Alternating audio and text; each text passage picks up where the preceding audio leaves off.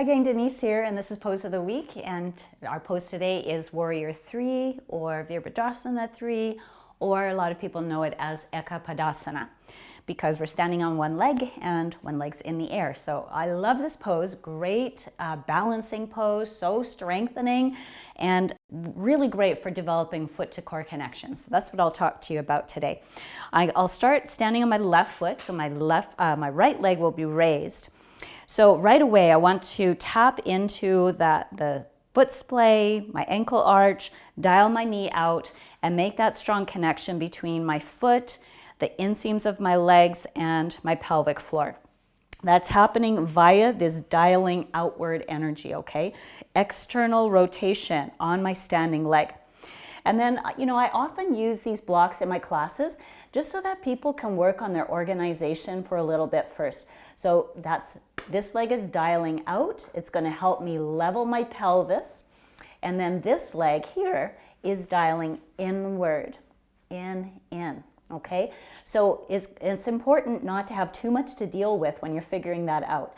So foot to core, engage the standing leg, pull that into the core as well, and then start to tap into the inner strength here, your deep front line through to the crown of your head.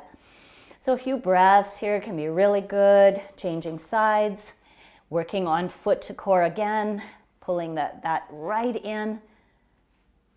And once again, we're externally rotating at the standing leg, internally rotating the upper leg.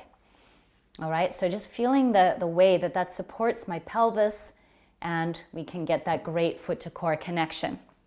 So that's a great place to work on those basic mechanics. And then when you're ready, you can take it into a standing entry of the pose, or like more of a balancing entry. So once again, I want to establish my foot to core connection, dial my energy outward. Already I'm dialing strongly this leg inward, and we can raise the hands up. Of course, that's a little bit advanced, so for now I'll start with my hands here. Option is also to bring hands to hips. All right, so keeping it as simple as possible at first until you start to understand how everything's getting organized.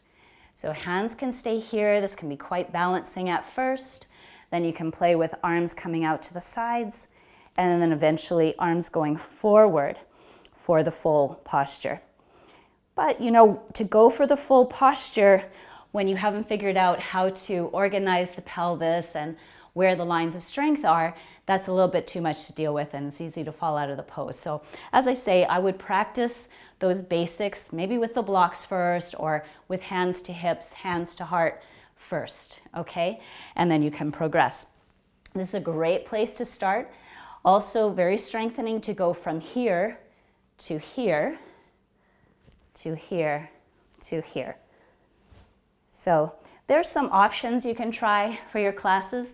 See how your students do, see what it feels like in your body, and I hope you enjoy that. Thanks for joining. Bye for now.